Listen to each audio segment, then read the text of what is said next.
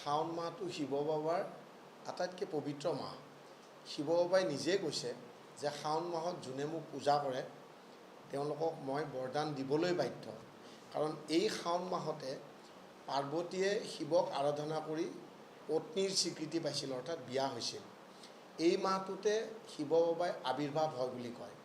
গতিকে শিৱ শব্দটোৰ অৰ্থটোৱে হৈছে শিৱ মানে মংগল। এই যে আমাৰ যে শাওণ মাহটো পৰে, ইয়াতে শাওণ মাহত আমাৰ প্ৰবাদটো এনেকুৱা যে প্ৰতি বছৰ গুৰু পূৰ্ণিমাৰ পিছদিনাৰ পৰা শাওণ মাহ আৰম্ভ হয় আৰু ৰাখী পূৰ্ণিমাৰ দিনাখন শেষ হয়। শ্ৰৱণা নক্ষত্ৰত ৰাখী পূৰ্ণিমাত মানে শাওণ মাহটো শেষ হয়। শাওণ মাহটো অত্যন্ত পবিত্ৰ মাহ আৰু এই মাহটোত আপোনাৰ প্ৰায়শ্চিত্ত হোৱাৰ মাহ। গোটেই 11 মাহত আমি যদি ক'ৰবাত জানোতে বা নাজানোতে ক'ৰবাত কিবা বেয়া কাম কৰিছোঁ, তেনেহ'লে এই শাওণ মাহটোত আমি প্ৰায়শ্চিত্ত হোৱা মাহ। এই মাহটোত শিৱ বাবাই ইমান আনন্দত আৰু সন্তুষ্টত থাকে যে শিৱ বাবাই নিজে কৈছে যে এই মাহটোত যোনে মোক পূজা কৰে তেওঁক মই বৰদান দিবলৈ বাধ্য। তো এতিয়া কথাটো হ'লগৈ, পূজাটোৰ পদ্ধতি আছে। শিৱ বাবাক পূজা কৰা কিছুমান তিথি আৰু নক্ষত্ৰৰ লগত ৰিলেশ্যন আছে, সেইবিলাক মিলাই কি বস্তুৰে পূজা দিলে শিৱই বৰদান দিবলৈ বাধ্য সেইটো শিৱ পুৰাণত আছে। অৰ্থাৎ শিৱ বাবাক সদায় পূজা কৰিলেও ফল নাপায়। শিৱ বাবাক পূজা কৰা কিছুমান তিথি আছে, নক্ষত্ৰ আছে আৰু যাৰ যিটো সমস্যা, ধৰি লওক কিছুমান ল'ৰা ছোৱালীৰ মানে প্ৰেমত কাজিয়া লাগি থাকে, যদি সেইটো হয় তেওঁলোকে নাৰিকল পানীৰে যদি শিৱলিংগত ঢালে তেতিয়াহ'লে তেওঁলোকৰ মনৰ আশাবিলাক আৰু কাজিয়া পেচাল কমে। বা যিবিলাক ছোৱালী বিয়া বাৰে বাৰে ভাঙে তেওঁলোকে কুঁহিয়াৰৰ ৰসেদি যদি শিৱলিংগ ধুৱায় তেতিয়া তেওঁলোকৰ বিয়াখন সোনকালে নামে। এতিয়া কথাটো হ'লগৈ, এই শাওণ মাহটো ইমানেই পবিত্ৰ যে এই শাওণ মাহত শুকদেৱে ব্ৰহ্মত্ব জ্ঞান পাইছিলে আৰু শিৱ বাবাই পাৰ্বতীক বিশ্ব ব্ৰহ্মাণ্ডৰ মানে গুৰু জ্ঞানখিনি দিছিলে। আৰু এই মাহটোতে সমুদ্ৰ মন্থন হৈছিল আৰু এই মাহটোতে কাবৰ যাত্ৰা হয়। আৰু চুলতানগঞ্জত শিৱাজী মেলাত দেওঘৰ বাবা বৈদ্যনাথত প্ৰথম এই বলে বমৰ যাত্ৰাটো হয়। এতিয়া বলে বম মানে কি? বলে বম মানে হৈছে বলে বমৰ অৰ্থাৎ বম মানে হৈছে শিৱ, আৰু বোম আৰু ওং একেটাই ভাইব্ৰেশ্যন। অৰ্থাৎ বোম মানে ওং মানে বোম। অৰ্থাৎ পৃথিৱীৰ প্ৰথম সৃষ্টিত সূৰ্যই আছিলে। এই সূৰ্যৰ শিখাবিলাকে যেতিয়া আপোনাৰ প্ৰচণ্ড আপ ডাউন কৰি থাকে তেতিয়া তাতে ওম হোম এই ধৰণৰ এটা সৃষ্টি হয় শব্দ। এই বস্তুটো আজি 10 বছৰমান আগতে নাছাই কৈছে যে সূৰ্যত ওম বুলি এটা সৃষ্টি হয়।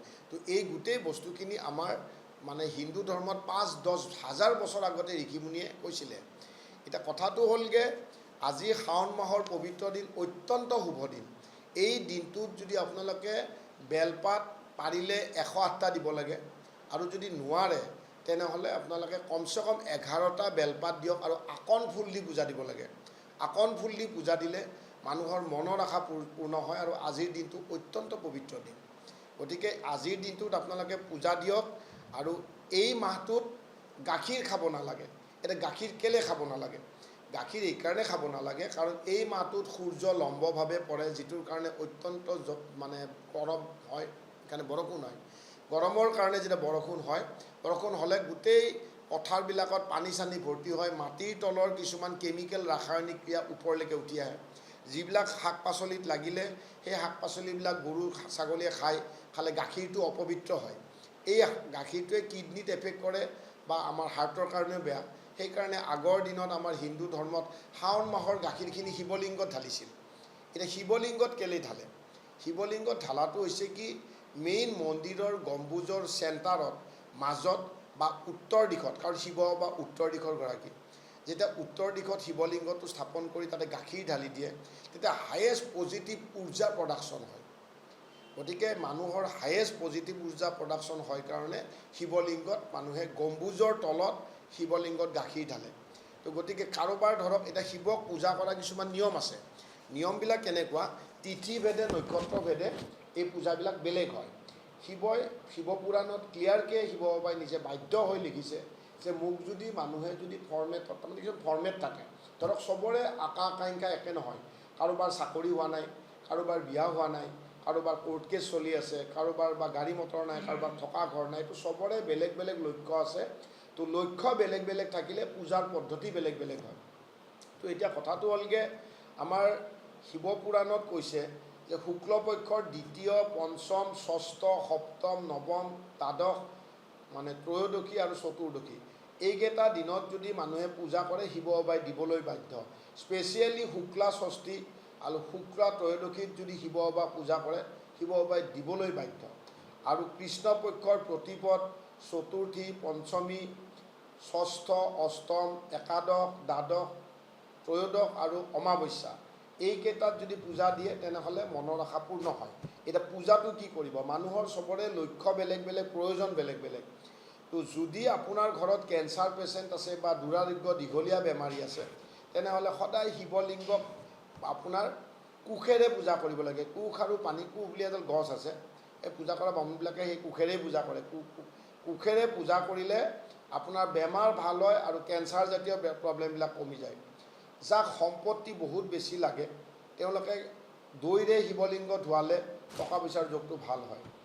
আৰু টকা পইচাৰ নাটনি যাৰ থাকে তেওঁ কুঁহিয়াৰৰ ৰসেৰে আপোনাৰ যদি শিৱলিংগ ধোৱায় তেতিয়াহ'লে শিৱ পূজা কৰে তেতিয়াহ'লে টকা পইচাৰ যোগটো কমি যায়। আৰু যাক খুব বেছি পইচা লাগে, কিছুমান মানুহ আছে টকা পইচাৰ কাৰণে যথেষ্ট ক্ৰেজি, তেওঁলোকে মৌ আৰু ঘিউ মিক্স কৰি যদি শিৱলিংগ ধোৱায় তেতিয়াহ'লে তেওঁলোকৰ টকা পইচাৰ যোগটো অতি বেছিলৈকে ধাবিত হয়।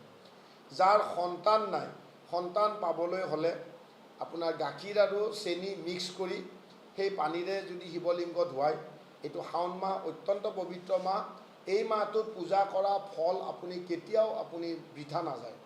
যাৰ সন্তান নাই তেওঁলোকে গাখীৰ আৰু চেনি পানী মিক্স কৰি যদি শিৱলিংগত ঢালে তেতিয়া তেওঁলোকে আপোনাৰ সন্তান প্ৰাপ্তি হ'ব।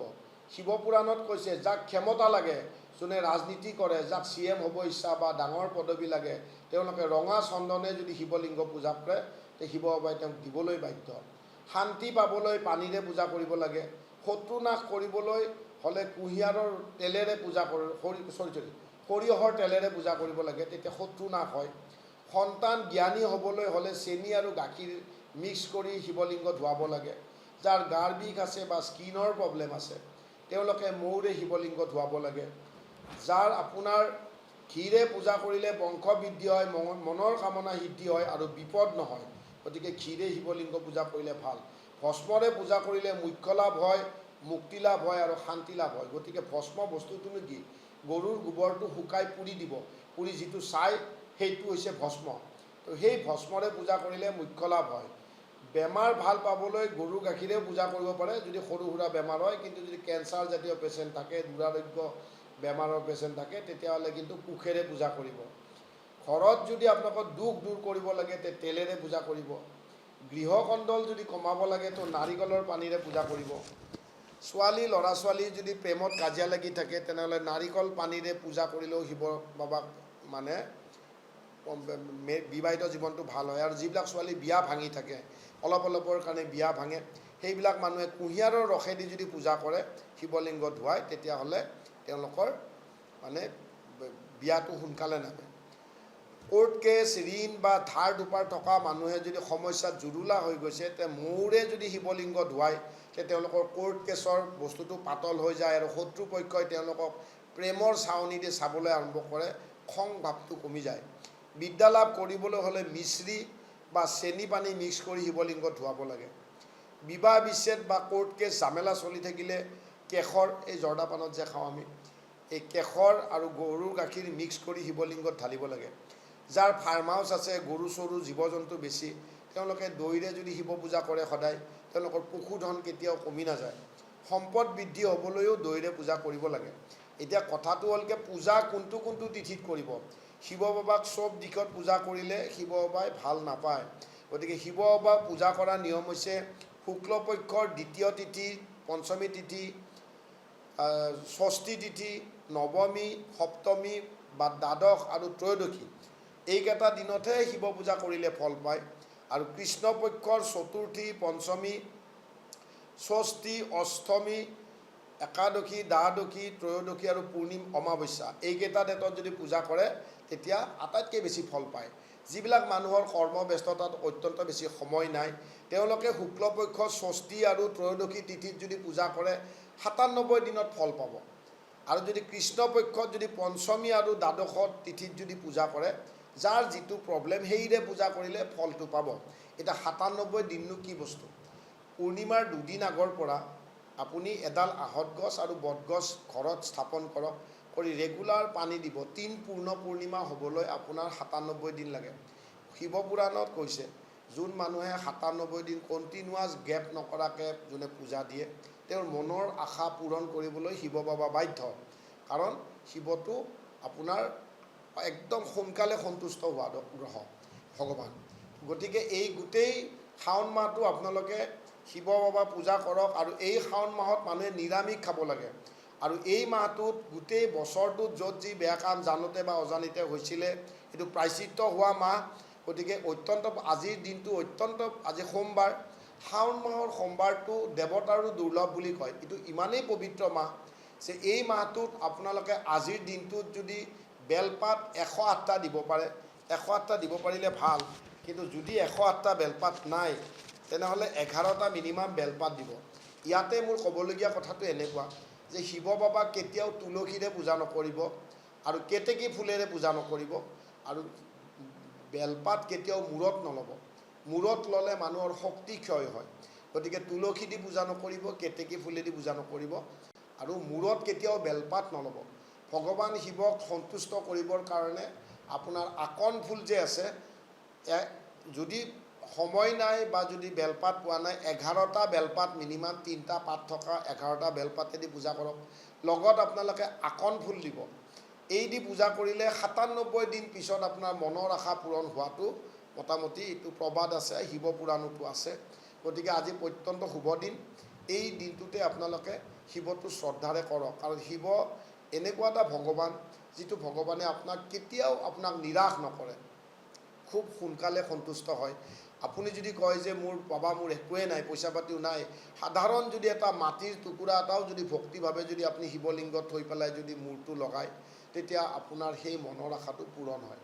তো গতিকে শিৱ অত্যন্ত সন্তুষ্ট হোৱা গ্ৰহ। আজি যথেষ্ট পবিত্ৰ দিন, শাওণ মাহৰ সোমবাৰ। গোটেই শাওণ মাহটো আপোনালোকে নিৰামিষ খাব। আৰু প্ৰত্যেক দিনে যাৰ যিটো সমস্যা, মেইনলি বিয়া বাৰু নোহোৱা ছোৱালীবিলাকে নাৰিকল পানীৰে বা সৰিয়হ মানে কুঁহিয়াৰৰ ৰসেৰে পূজা দিলে মনৰ আশা 97 দিনত পূৰণ হ'ব। যাৰ কোৰ্ট কাছাৰী চলি আছে, তেওঁলোকে কেশৰ আৰু গাখীৰ মিহলাই পূজা কৰিব। যিবিলাক মানুহক ৰাজনীতিত আছে, CM হ'ব বিচাৰে, মন্ত্ৰী MLA হ'ব খোজে, তেওঁলোকে ৰঙা চন্দন দি পূজা কৰিব শিৱলিংগ। 97 দিন পূজা কৰক, শিৱ বাবাই আপোনাক দিবলৈ বাধ্য। শিৱ এটা এনেকুৱা দেৱতুল্য ভগৱান, শিৱ আদি দেৱতা। শিৱৰ কোনো আদি নাই, অন্ত নাই। এই পবিত্ৰ মাহটোতে শিৱ পাৰ্বতীৰ বিয়া হৈছিল। এই পবিত্ৰ মাহটোতে সাগৰ মন্থন হওঁতে হলাহল বিষ ওলাইছিল এটা কলৰ পৰা। আৰু গোটেই পৃথিৱীখন ধ্বংস কৰিব ওলাওঁতে দেৱতাগণৰ অত্যন্ত মানে কাতৰ অনুৰোধত শিৱ বাবাই এই গোটেই বিষখিনি তেওঁক খাই দিছিলে। গতিকে সেইকাৰণে নীলকণ্ঠ বুলি কয়। তেওঁৰ ডিঙিটো গৰম হৈ গৈছিলে, নীলা হৈ গৈছিলে। আৰু এই বিষখিনি খোৱাৰ পিছত তেওঁৰ গোটেই সৰ্বশৰীৰ গৰম হৈছিল। সেইটো কাৰণে তেতিয়া দেৱগণে তেওঁৰ মূৰত পানী ঢালিছিল। গতিকে শাওণ মাহত শিৱ মন্দিৰৰ শিৱলিংগত যদি পানী দিয়ে, হায়েষ্ট পজিটিভ এনাৰ্জি ফৰ্ম হয়। এইটো চাইণ্টিফিক কথা। তাৰমানে যেতিয়া মন্দিৰৰ মাজত, গম্বুজৰ মাজত বা উত্তৰ দিশত যেতিয়া শিৱলিংগ থয়, সেই শিৱলিংগত পানী বা গাখীৰ দিলে হায়েষ্ট পজিটিভ উৰ্জা প্ৰডাকশ্যন হয়। এই বস্তুটোৱে ওচৰত থকা মানুহখিনিৰ হিত সাধন কৰে। সেইকাৰণে শিৱলিংগত পানী দিব লাগে বা গাখীৰ বা যাৰ যি সমস্যা। তো এই শাওণ মাহটো অত্যন্ত শুভ দিন। এই শাওণ মাহটো আমাৰ গুৰু পূৰ্ণিমাৰ পিছদিনাৰ পৰা আৰম্ভ হয় আৰু ৰাখী পূৰ্ণিমা, শ্ৰাৱণ পূৰ্ণিমা বুলিও কয়, ৰাখী পূৰ্ণিমাৰ দিনা শেষ হয়। এইটো অত্যন্ত পবিত্ৰ মাহ। আপোনালোকে যদি সময় নাই, ৰাতি হ'লেও যাওক, আপোনালোকে মুঠতে 111টা 3টা পাত থকা বেলপাত দিয়ক। আৰু আকন ফুলেৰে পাৰিলে ভাল, যদি নাই মানে 11টা বেলপাত দিয়ক। এই গোটেই ছিষ্টেমটোত শিৱ এনেকুৱা এটা কাৰণ কিয় কাৰণে এই পবিত্ৰ মাহটোতে শুকদেৱে ব্ৰহ্মত্ব জ্ঞান লাভ কৰিছিল। আৰু এই পবিত্ৰ দিনটোতে শিৱ বাবাই মানে পাৰ্বতীক পৃথিৱীৰ অমৰত্ব জ্ঞান প্ৰদান কৰিছিল। আৰু এই শিৱ বাবা এই মাহটোতে আপোনাৰ শিৱ বাবাৰ জন্ম মাহ বা আৱিৰ্ভাৱ মাহ বুলি কয়। আৰু অমৰনাথত তুষাৰৰ যিটো মানে বৰফৰ যিটো শিৱলিংগ এই মাহটোতেই মানুহে দৃশ্য হৈছিল দেখা পাইছিল আৰু এই বস্তুটো তেতিয়া সৃষ্টি হোৱা বুলি কয় আৰু ছেকেণ্ড কথাটো হ'লগৈ এই এই আপোনাৰ বলে বম যে আছে বলে বম বস্তুটো কি মানে শিৱ মানে হৈছে মংগল বলে বম বম মানে হৈছে ভোম ভোম মানে হৈছে শিৱ শিৱ মানে হৈছে মংগল অৰ্থাৎ শিৱ মানে ওং ওং মানে ভোম ভোম মানে ওং তাৰমানে ভাইব্ৰেশ্যনটো একেটাই গতিকে বলে বমটো যে কয় বলে বমৰ নিয়মটো হৈছে কি এইটো আপোনাৰ এই শাওণ মাহটোত মানে প্ৰত্যেক নদ নদী জুৰি চবতে আপোনাৰ গংগাৰ জল থাকে বুলি প্ৰবাদ আছে শিৱপুৰাণতো এই বস্তুটো আছে গতিকে এই মাহটোত যেহেতুকে শিৱ বাবাৰ এইখিনি সময়ত মানে সাগৰ মন্থন কৰাৰ কাৰণে গোটেই শৰীৰ গৰম হয় সেইকাৰণে দেৱগণে মূৰত পানী ঢালিছিল তেওঁক ঠাণ্ডা কৰিবলৈ গতিকে এই মাহটোত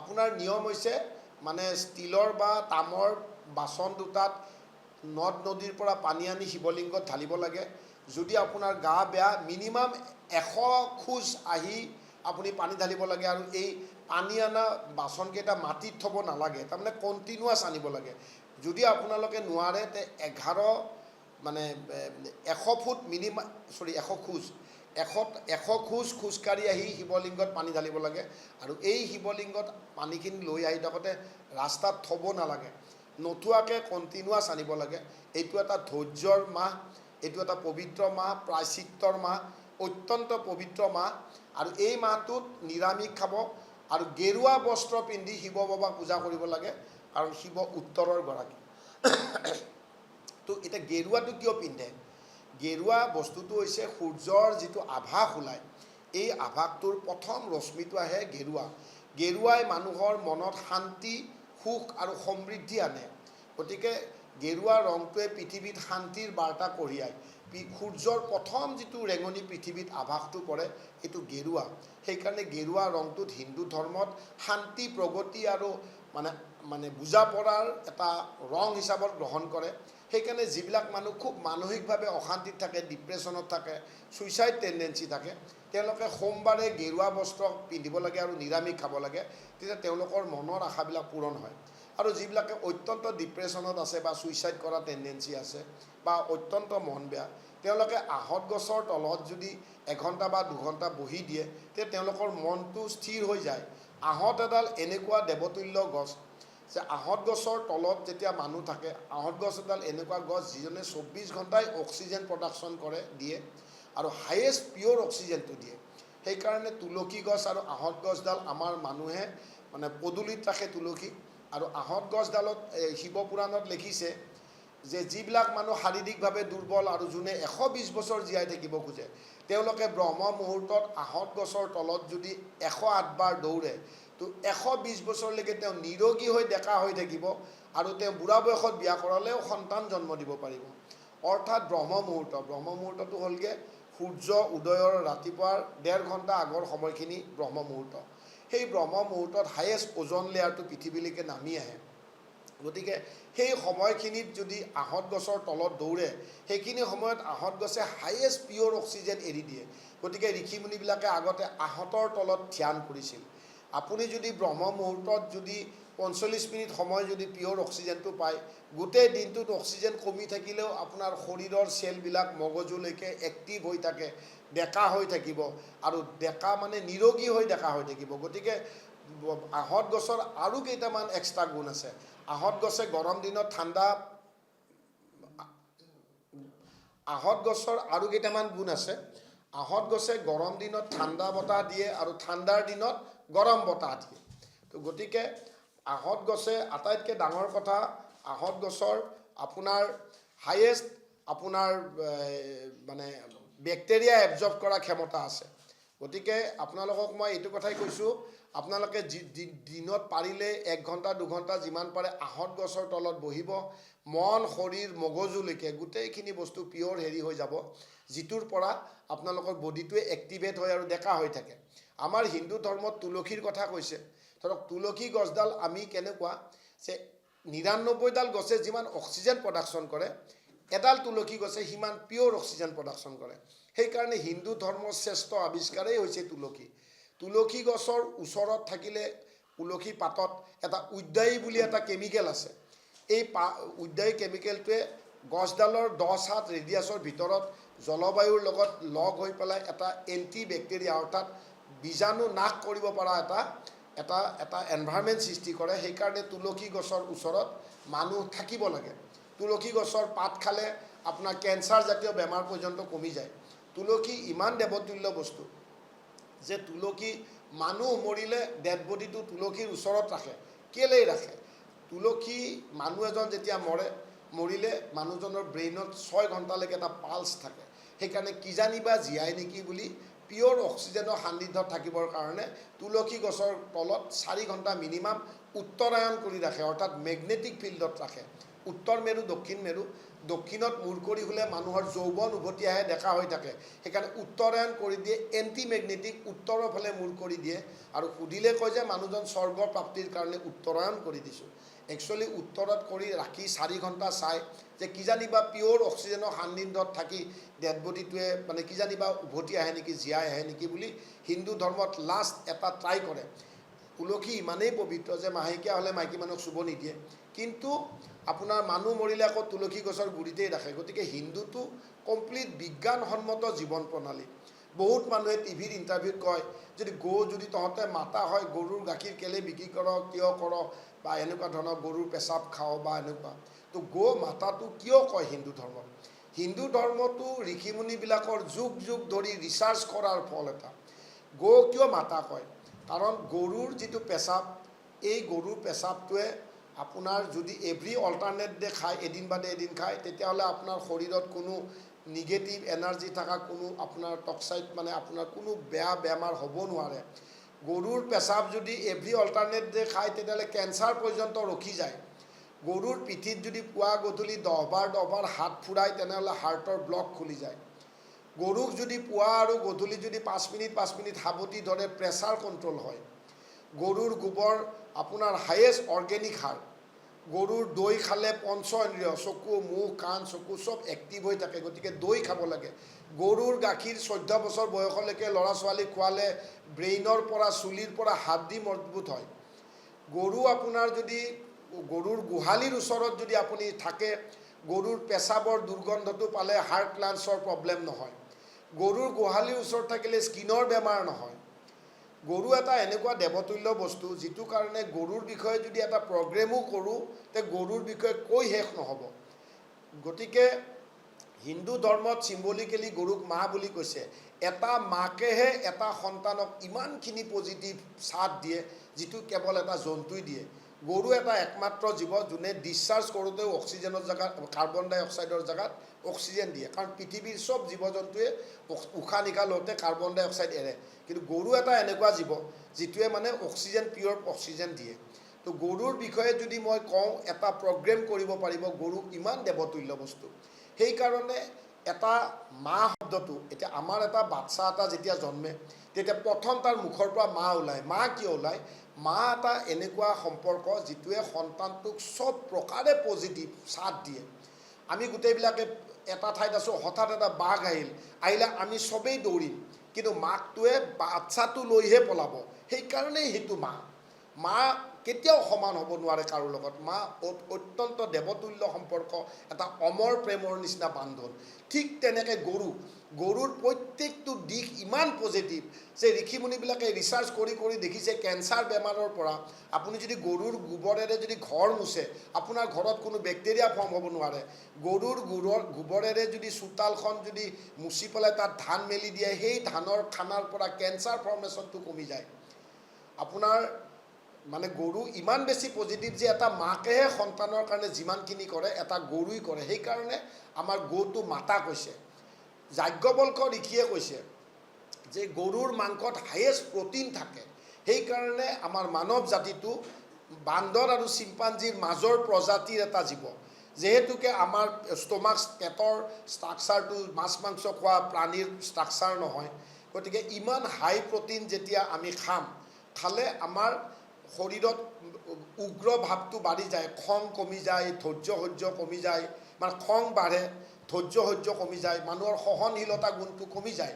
সেইকাৰণে যাজ্ঞবল্ক্য ঋষিয়ে নিয়ম কৰিছিল যে গো মাংস খাব নালাগে, ইমান হাই প্ৰটিন আমাৰ মানৱ জীৱৰ দেহাৰ লগত আমাৰ মাছুলিং ষ্ট্ৰাকচাৰ, ষ্টমাক, পেটৰ ষ্ট্ৰাকচাৰৰ লগত মাংসটো ইমান হাই প্ৰটিন মানৱ জাতিটোক নালাগে, কাৰণ মানৱ জাতিটো বান্দৰ আৰু চিম্পাঞ্জিৰ মাজৰ প্ৰজাতি এটা। সেইকাৰণে আমাৰ গো মাংসটো খাব নিদিয়ে। আপোনালোকক মই বেলেগ এংগুলত নল'ব, যিমান গৰু মাংস খোৱা দেশবিলাক থাকে, তেওঁলোকৰ ইছলামিক কাউণ্ট্ৰিয়ে হওক বা খ্ৰীষ্টান দেশে হওক, তেওঁলোকৰ তাতে অন্তঃকণ্ডল বেছি। ভাৰতবৰ্ষত নানা জাতি, ভাষা, ধৰ্ম, সংস্কৃতি থকাৰ পিছতো মানুহখিনিৰ সংযম গুণটো বেছি। কিহৰ কাৰণে? আমাৰ ইয়াতে শনিবাৰ, মঙলবাৰ, বৃহস্পতিবাৰ নিৰামিষ খাব দিয়ে, কাৰণ এইবিলাক বাৰত নিৰামিষ খালে মানুহ নিৰোগী হয় আৰু খং কমে আৰু ধৈৰ্যটো বাঢ়ে। সেইকাৰণে তামোহিক খানা খাব মানা কৰিছে। তামোহিক খানাৰ ভিতৰত হায়েষ্ট খানা হৈছে গো মাংস।